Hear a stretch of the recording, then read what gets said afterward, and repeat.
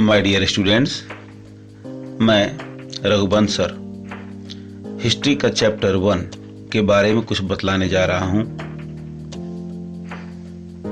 सबसे पहले हम chapter first tracing changes through 1000 years को समझने की कोशिश करेंगे।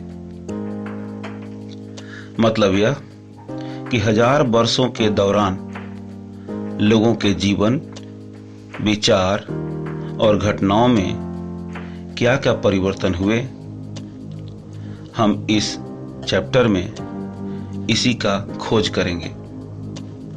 इतिहास, जिसे हम अंग्रेजी में हिस्ट्री कहते हैं, उन्हीं परिवर्तनों का संकलन है।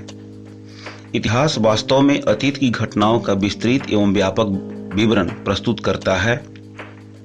इस प्रकार हम कह सकते हैं, history is the study of past events through records, mainly written accounts. लेकिन कल्पना करें उस युग का जब हमारे पास कोई लिखित विवरण ही नहीं थे। ऐसे युग को हम प्री हिस्टोरिक पीरियड अर्थात प्रागैतिहासिक युग के रूप में जानते हैं।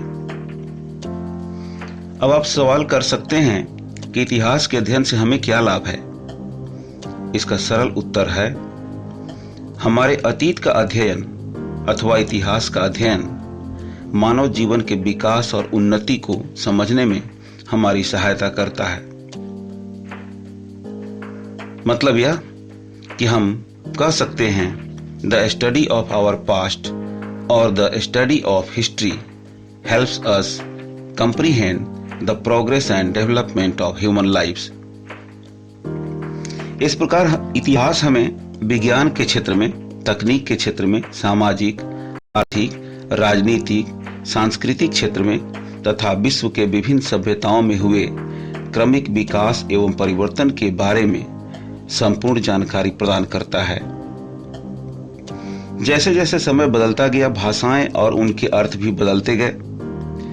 ऐतिहासिक विवरण अर्थात हिस्टोरिकल रिकॉर्ड्स, जो वर्षों से बहुत सी भाषाओं में उपलब्ध हैं, उनमें भी परिवर्तन देखे गए हैं। उदाहरण के लिए मध्यकालीन फारसी आधुनिक फारसी से भिन्न है। यहां आपके मन में सवाल उठता होगा कि ये मध्यकालीन शब्द क्या है।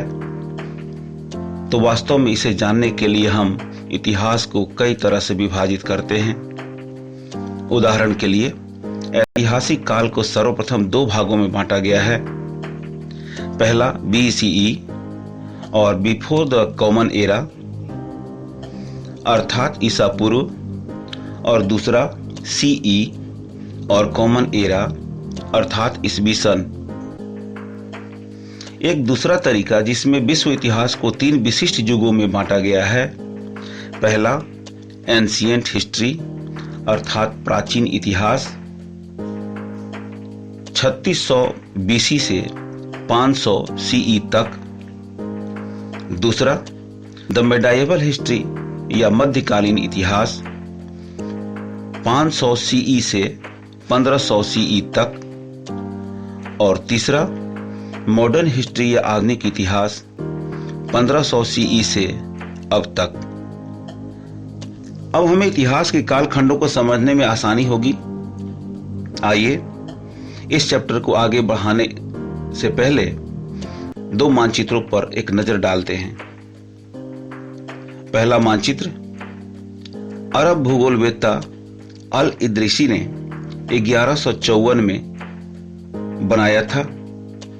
इस मानचित्र में दक्षिण भारत को उत्तर की तरफ और श्रीलंका को इसके ऊपर दर्शाया गया है।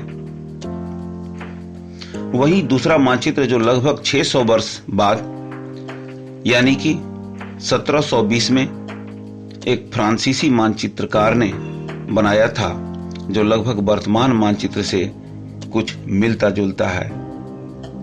इन दोनों मानचित्रों के अध्ययन से यह पता चलता है कि अलग अलग समय में भारतीय उपमहाद्वीप की कल्पना भी अलग अलग थी। अब हम न्यू एंड ओल्ड टर्मिनोलॉजीज अर्थात नए और पुराने शब्दावली पर प्रकाश डालेंगे। उदाहरण के लिए हिंदुस्तान शब्द को लेते हैं तो इस भारत की परिकल्पना करते हैं, लेकिन यही हिंदुस्तान फारसी इतिहासकार मिन्हाज ए सिराज की नजर में एक सीमित क्षेत्र था, जिसमें पंजाब, हरियाणा और गंगा जमुना के बीच का प्रदेश ही आते थे। इसका चित्रण उसने 13वीं सदी में दिल्ली सल्तनत काल में किया था। इस प्रकार उसके मानचित्र में दक्षिण भारत का समावेश नहीं था। वहीं दूसरी ओर 16वीं सदी में बाबर ने हिंदुस्तान शब्द का प्रयोग इस उपमहाद्वीप के भूगोल, पशु पक्षियों और यहाँ के निवासियों की संस्कृति का वर्णन करने के लिए किया था। ऐसे ही समान अर्थ के लिए अमीर खुसरो ने भी हिंद शब्द का प्रयोग 14वीं सदी में किया था। अर्थात हम यह भी पाते हैं कि एक ही शब्द का अर्थ अलग अलग समय में अलग अलग थे। प्रिय विद्यार्थीगण, आज के लिए बस इतना ही। फिर मिलेंगे हम इस पाठ के अगले भाग में। धन्यवाद।